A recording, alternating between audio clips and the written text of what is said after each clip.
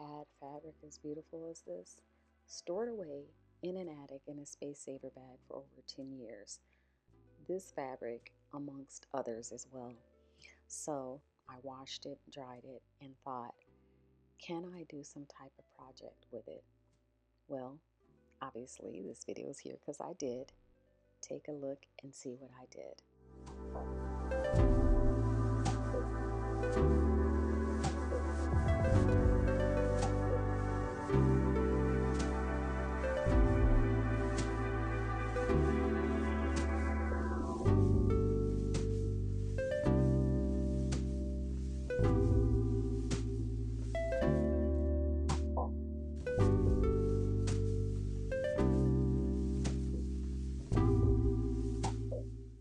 So if you haven't guessed it, I am making a pocket pillowcase. I like them. They're easy to pop in your pillow form and then take them out when you need to wash them.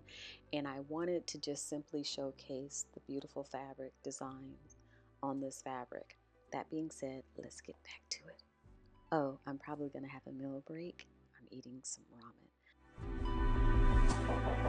Okay, it's time to fold this over and go ahead and go to the sewing machine. Y'all pray for me. I know for some cornbread don't go with ramen, but the family was eating something different than I was, and I felt left out, and I wanted a corn muffin, so I had one.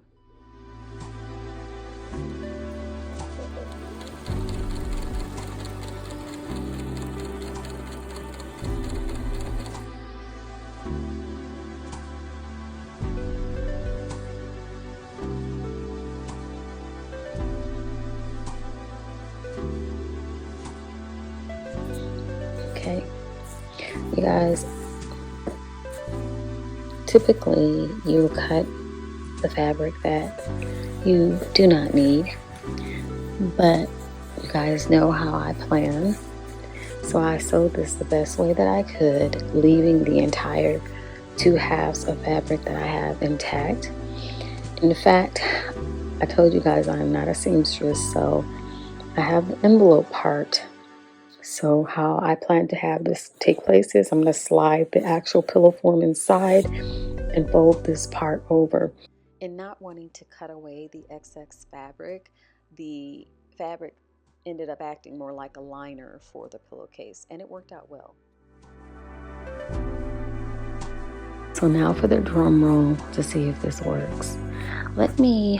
I'm working on very limited space. Let me figure out if I can do this so you guys can see in real time. Okay, so the hope is that I can slide this pillow form inside here.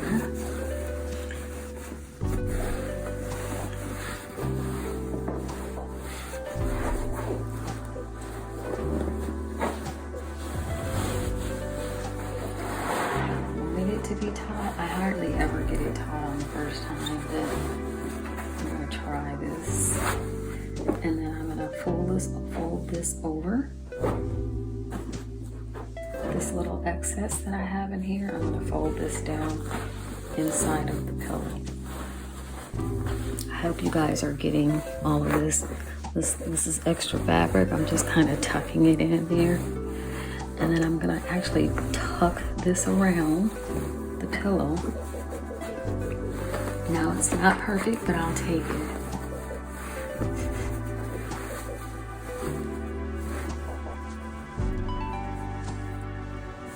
I'm going to play around with the corners a little bit.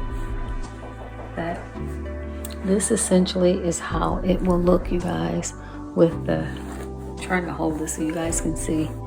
And I'll have it on a bed so you guys can see where the fold is right here.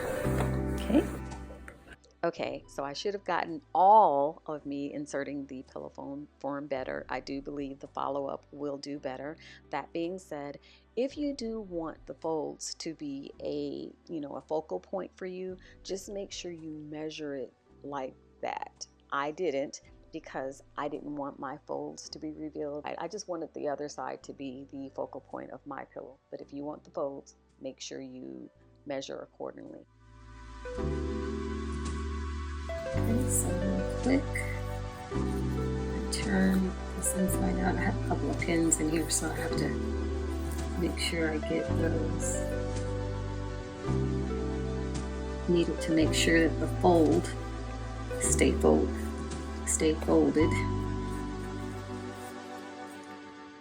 Pun intended. Okay. Each time I've done a pocket pillow, I really do have to look at it again once I turn it inside out or right side out. But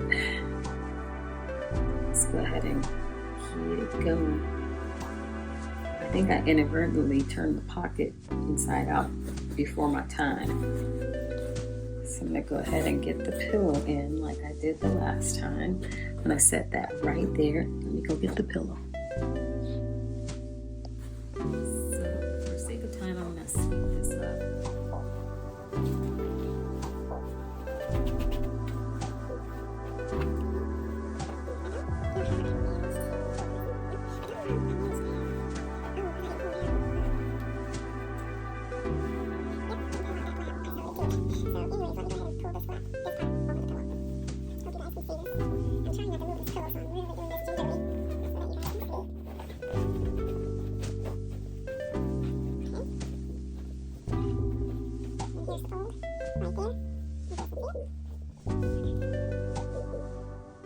The more I look at this fabric, the more I'm pulled and drawn to it. That being said, I also had some coordinating fabric that I'm going to use for the smaller pillows. Again, you guys, I got this at the $2 fabric store. I'm sure it's no longer in business. I don't know if it's in any other area, and I don't even know if this fabric will still be in population, in circulation today. But I'm sure there's something out there that can be very close to it. That being said, let's move on. Be sure to check the description box because I have something more to be said about this fabric. Now, that being said, I'm trying to figure out which fabric I want to use for my coordinating fabric, and ultimately I ended up on choosing this one.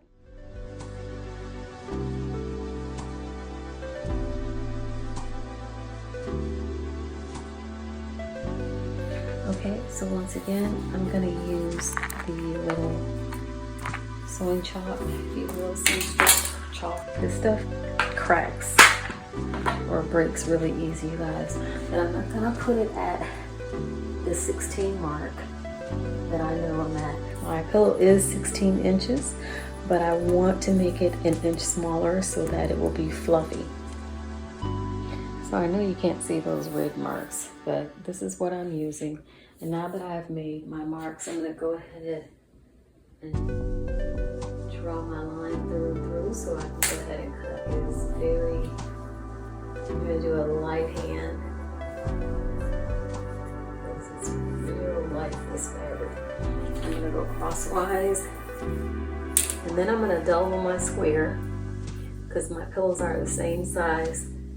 I'm going to go ahead and just cut this square out, and then I'll cut another square out. One pillowcase down, one more to go. When you're coming to the last side, sew from each corner, working your way to the center, leaving an opening so that you're able to insert your pillow form. One of the things that I like about this fabric in particular is, as you saw, that blue pillow had texture to it and design that was kind of like embossed, but through having this crushed type of texture, that did not show, or it does not show through at all.